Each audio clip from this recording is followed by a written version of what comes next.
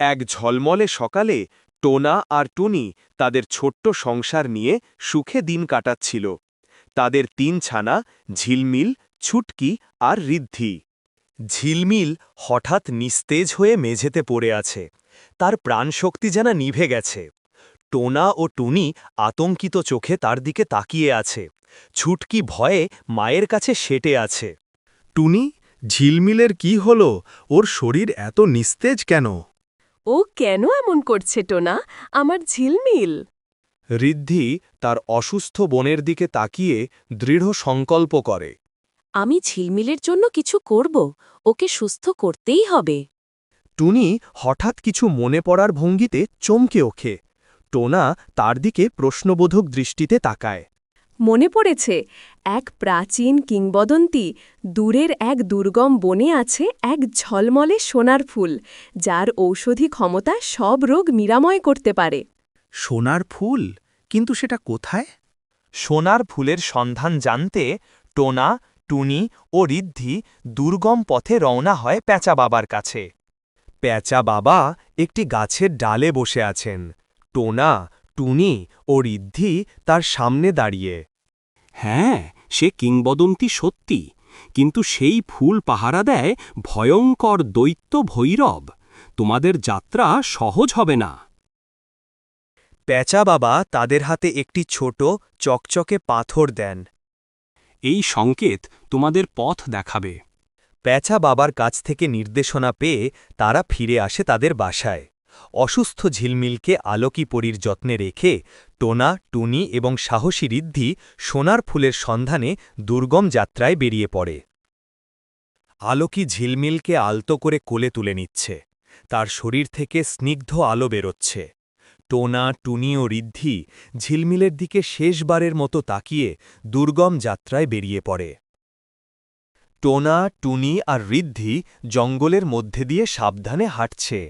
হঠাৎ তাদের সামনে ধূর্ত কাক দম্পতি কাজল ও কাবেলি তাদের ছানা কণা ও কুসুমকে নিয়ে উড়ে আসে। কোথায় চললে গো টুনটুনি দম্পতি? পথ হারিয়েছ নাকি?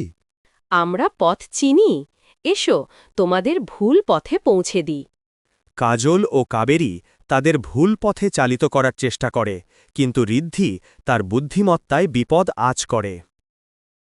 আমরা পথ চিনি কাক ভাই, তোমাদের সাহায্যের প্রয়োজন নেই। ঋদ্ধি টোনা ও টুনিকে অন্য পথে ইশারা করে। তারা দ্রুত সে পথ ধরে এগোতে থাকে। কাজল ও কাবেরী রাগে কিচিরমিচির করে। দিন গড়িয়ে রাত নামে গহীন জঙ্গলে।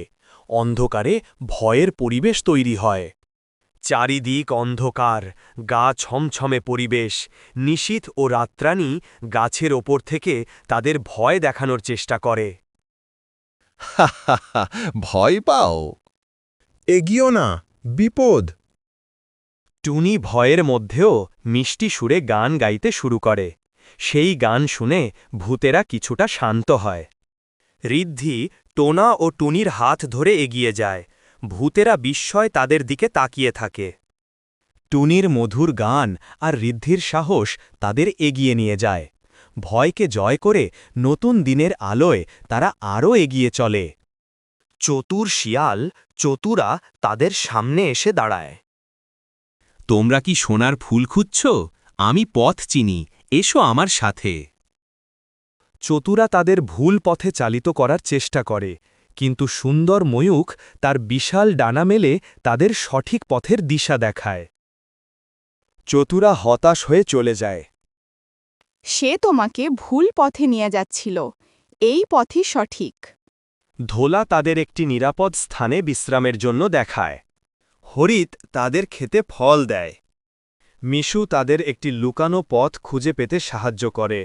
মাক্কু দুষ্টুমি করে তাদের পথে কিছু মজা যোগ করে। পথে মধ্যে নানা বন্ধু তাদের সাহায্য করে। অবশেষে তারা একটি বিশাল গুহার কাছে পৌঁছায়। গুহার মুখ থেকে সোনালি আলো বিচ্ছুরিত হচ্ছে। কিন্তু গুহার মুখে দাঁড়ানো ভয়ঙ্কর দৈত্য ভৈরব তাদের পথ আটকায়। আহা, এই পথ কারোর জন্য নয়।